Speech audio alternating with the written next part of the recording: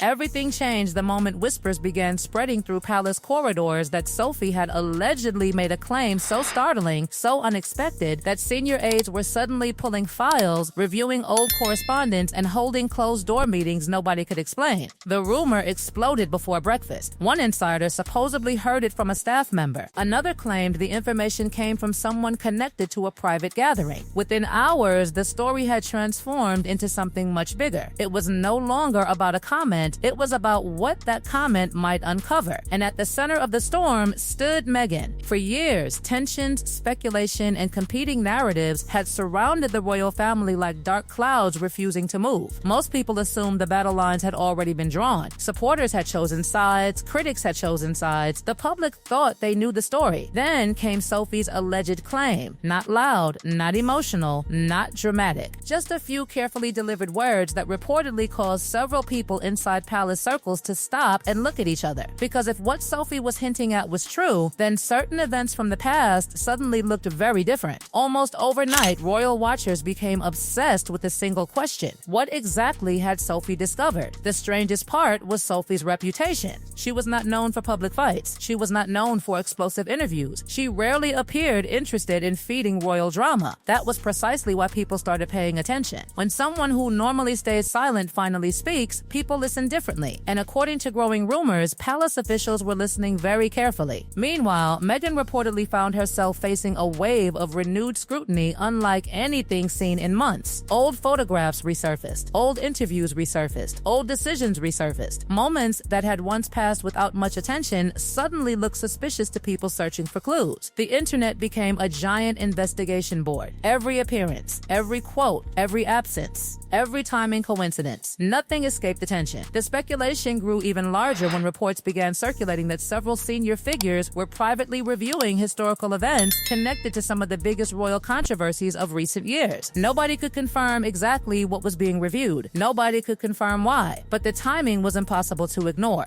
Sophie's alleged remarks appeared. Then the review rumors appeared. Then the panic started, at least according to palace gossip. People began asking whether this was merely another temporary media storm or the beginning of something much bigger, something that could permanently reshape how certain chapters of royal history were remembered. That possibility terrified commentators, because history is powerful, but rewritten history is even more powerful. And suddenly, everybody wanted to know who controlled the narrative: Meghan, the palace, or Sophie? Behind closed doors, rumors claimed conversations were becoming increasingly uncomfortable. Questions were being asked, assumptions were being challenged, long-standing stories were being re-examined, and every new rumor seemed to point back toward the same mysterious source. Sophie, the woman who had spent years avoiding the spotlight, was now standing directly in the middle of it. Not because she chased attention, but because attention had chased her. As the story continued growing, one detail kept surfacing repeatedly. People close to the situation allegedly believed Sophie had not revealed everything she knew, not even close. According to palace whispers, the shocking claim that had already shaken royal circles might have been only the beginning. And if that was true, then the investigation everyone was talking about was not approaching its conclusion. The days that followed felt less like ordinary palace life and more like the opening chapter of a mystery nobody could fully explain. Every new rumor seemed to generate 3 more questions, and every question somehow led people back to the same place. Sophie, not because she was speaking publicly. In fact, that was what made everything feel so unsettling. She remained remarkably quiet while everyone else did the talking for her. The silence became its own story. The absence of explanation became a source of fascination, and the longer Sophie refused to elaborate on what she had allegedly discovered, the more convinced people became that something significant was hiding beneath the surface. Meanwhile, Meghan reportedly found herself trapped inside a cycle that was becoming increasingly difficult to control. Every attempt to redirect attention seemed to create fresh headlines. Every effort to change the conversation appeared to pull people back toward the original controversy. It was as if the story had developed a life of its own. Commentators who had spent years defending one side or criticizing the other suddenly found themselves examining details they had previously ignored. Even longtime royal observers admitted that something about the timing felt unusual. unusual. Then came the moment that truly accelerated the speculation. According to growing palace gossip, several senior aides were allegedly asked to revisit historical records connected to key events from the past few years. Nobody publicly confirmed such a review existed. Nobody officially acknowledged it, yet whispers continued spreading through media circles with astonishing speed. What began as a rumor evolved into an assumption. What started as an assumption transformed into a narrative, and before long, people everywhere were discussing an investigation that technically nobody could prove was happening. The public reaction became even more dramatic when social media users started comparing Sophie's steady rise inside royal circles with Meghan's increasingly complicated relationship with the institution she had left behind. Suddenly, photographs from years ago looked different. Public appearances felt different. Small interactions that once seemed meaningless were now being analyzed frame by frame. The internet treated every image like evidence and every expression like a clue. What nobody could agree on was motive. Why now? Why would Sophie supposedly raise concerns after remaining silent for so long? Why would palace insiders suddenly become interested in revisiting old events? And perhaps most importantly, what exactly was everyone looking for? The mystery itself became bigger than any answer. Behind the scenes, rumors suggested that senior royal figures were becoming increasingly frustrated by the endless cycle of controversy surrounding the family. Every fresh headline seemed connected to old wounds that refused to heal. Every unresolved dispute created new divisions. Some insiders allegedly believed a definitive review of past events might finally put certain questions to rest. Others reportedly feared the opposite, that reopening old chapters would only create bigger problems. And right at the center of that uncertainty stood Meghan, not speaking, not responding, simply watching as speculation continued expanding around her. For some observers, the situation represented a turning point. They believed the palace was quietly reasserting control over a narrative that had slipped away years earlier. Others argued that the entire controversy was being exaggerated beyond recognition. But one thing was impossible to deny. Attention had shifted dramatically. For the first time in a long while, the focus was not on what Meghan was saying. It was on what Sophie might know. That change alone altered the atmosphere completely. As the weeks passed, the alleged investigation became one of the most discussed subjects in royal circles. Every appearance by Sophie attracted fresh attention. Every palace announcement generated new theories. Every unexplained detail fueled another wave of speculation. And then came the rumor that changed everything. According to whispers spreading through royal commentary circles, Sophie had supposedly not yet revealed the most important part of her claim. If true, everything the public had witnessed so far was merely the beginning. The real revelation, people insisted, had not surfaced yet.